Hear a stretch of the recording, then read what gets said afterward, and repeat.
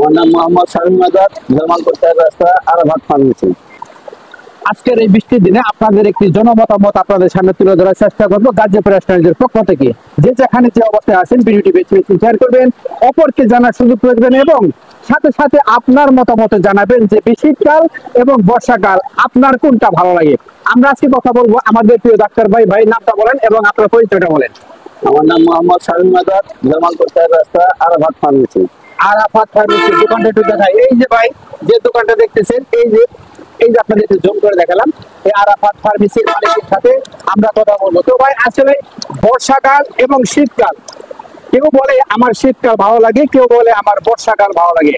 আপনার ব্যক্তি মতামত আমাদের গাজীপুর রেস্টুরেন্টে জানান যে কোন সিজনটা আপনার ভালো লাগে, কোন মৌসুমটা আপনার ভালো লাগে। আসলে মৌসুমটা তো আল্লাহরই দেওয়া। শীতের দিনে শীত ভালো, বর্ষার দিনে বর্ষা ভালো, গরমের দিনে গরম ভালো।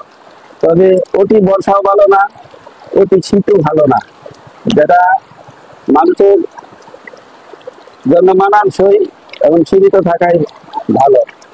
কারণ বেশি বর্ষণে মানুষের দুর্ভোগ হয়, এই ধরনের না হইলে ভালো। আমাদের স্বাভাবিক বর্ষণ সবার জন্যই ভালো। আর যদি বর্ষা না হয় মানুষের অসুখ বিসুখ বেড়ে যাবে, রোগ জীবাণু বেড়ে যাবে। না তা ঠিক আছে, আল্লাহ তাআলা তো সবকিছু মালিক, তিনি সবার ঊর্ধ্বে। যার কারণে আল্লাহ তাআলা এই বর্ষণের মাধ্যমে রোগ জীবাণুগুলোকে দূরে দেয় মানুষকে।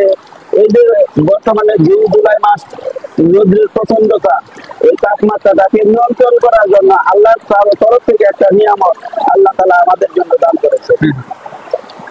তো আসলে এই যে সুন্দর রহমতের বৃষ্টি এখন হচ্ছে, অনেকে ঘর থেকে বেরোতে পারতেছে না। এই যে আমরা এখানে দেখাচ্ছি, এই যে এখানে অনেকে দাঁড়িয়ে আছে, এই যে অনেক লোক বৃষ্টিগত অবস্থায় এখানে অপেক্ষা করতেছে।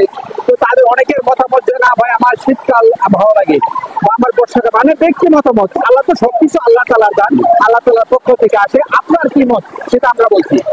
প্রতি বর্ষণে কর্মজীবী মানুষেরা বাইরে বের হতে পারে না, তারা তাদেরকে কত কাজকর্ম করতে পারে না। আমার মতামত হলো যে বৃষ্টির দিনে বৃষ্টি ভালো, শীতের দিনে শীত ভালো। আমি দুটার কথা পক্ষে। দর্শক, উনি অবশ্যই আল্লাহর পক্ষ থেকে যেটা আসে সেটাই উনি একদম মনে প্রাণে সেটা বিশ্বাস করে এবং সেটা মেনে নেওয়ার জন্য উনি সবসময় ব্যস্ত থাকে যে যা কিছু হয় না কেন সেটা আল্লাহ রাব্বুল আলামিনের পক্ষ থেকে আসে, এটা কারো হাত নেই। এটাই আমাদের মেনে নিতে হবে, সুখ থাকলেও দুঃখে থাকলেও, ভালো লাগলেও মন্দ লাগলেও। এমনই একটি প্রত্যাশা আমরা জানতে পারলাম। তবে আপনার ব্যক্তি মতামত অবশ্যই আমাদেরকে জানাবেন।